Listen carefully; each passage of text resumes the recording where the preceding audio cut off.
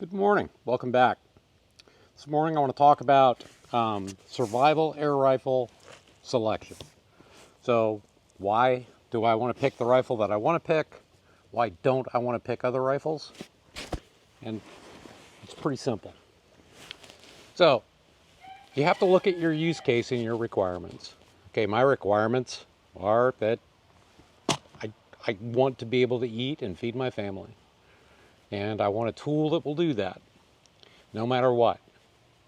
So, as you can see here, I have some examples. I have the Benjamin Marauder. I have the Benjamin Trail NP.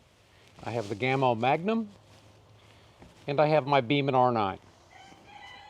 So, they all pretty much do the same thing. They launch a 22 caliber pellet.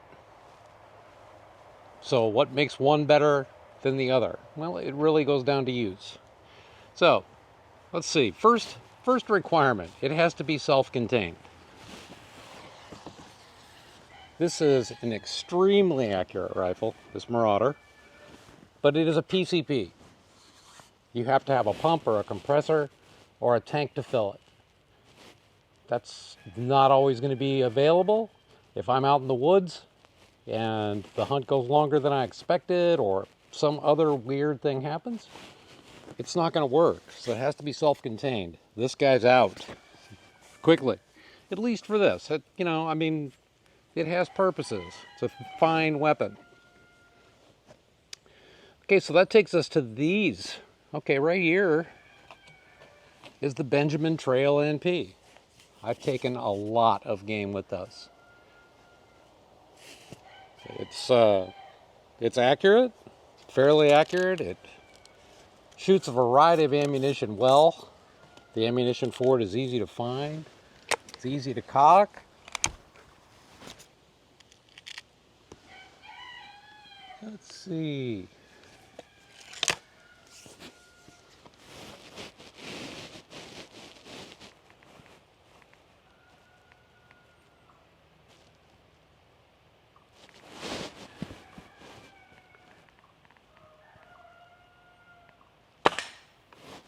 It's accurate, easy to shoot. It's not overly hold sensitive. Oh, seems like the perfect weapon, right? Except, as you can see, it has no iron sights. I require iron sights because remember, one of the requirements is it has to work no matter what. This has to go. Has its purpose. It's inexpensive relative to others, but once again, it's not going to work. That brings us to the Gammo.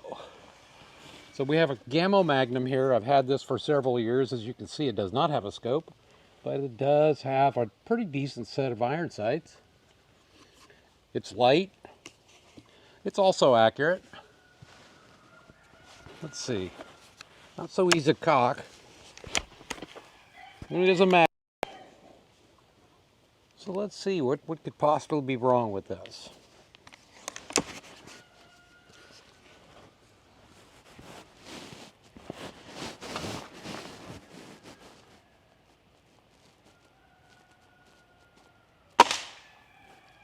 Ow, boy. It's accurate, but it's loud. Very, very difficult to get this subsonic. It's going to make that sonic boom, and that can be heard for a long way. I don't want that. So this has to go. And that brings us to this Beeman R9. And, I love the Beeman R9. I do. I love all these Firerox. Fit and finish is excellent. Let's see. It's self-contained. It has iron sights. It is accurate, really accurate. Light enough.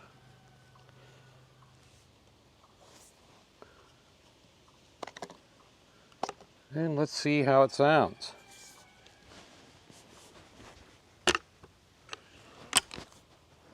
I love that lockup on the barrel.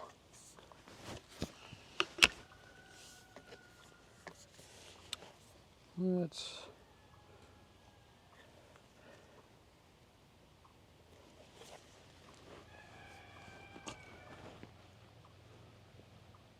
I don't have anything bad to say about this rifle at all. If I had to give it a criticism, I'd say that the comb is American style.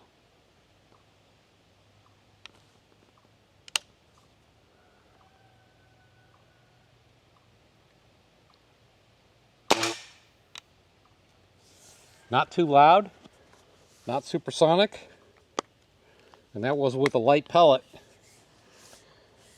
So, this is what I'm looking for in a survival air rifle. If I could only have one, it would be this, and it would be in 22 caliber, which it is. I prefer 22 caliber. I used to have 17s, and I had a 25 and a 22. All of them will get the job done. It doesn't take much kinetic energy to kill a squirrel or a rabbit or a dove or a pigeon, a possum, raccoon. It's all about shot placement. And you know, you're going to have to get close to some of these animals, but that's okay. If I had to give the Marauder a fault, I would say that it's probably too fast out of the box. You have to detune it a little bit because it has too much kinetic energy. The only fault that I have with this is that if I have to go to iron sights, this comb is a little too high. It's difficult for me to get my face down. I prefer a Lux stock, so more of a European style. This is more of an American style, and because Americans use scopes.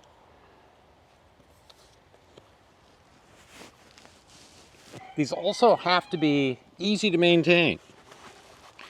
And with what's in my pocket, I have a screwdriver and I constantly have this in my pocket. This is just a little Allen wrench set.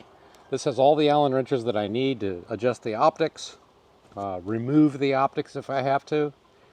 And this is always with me.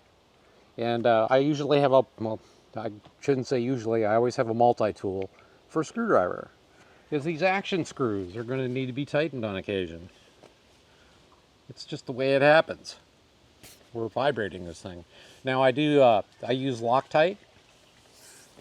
I take these apart, I put Loctite on all the action screws, so I'm probably not going to have to do that, but I like to check. Tell me what you're going to carry for survival, or what you're going to keep for survival when it counts. If you could only take one rifle with you,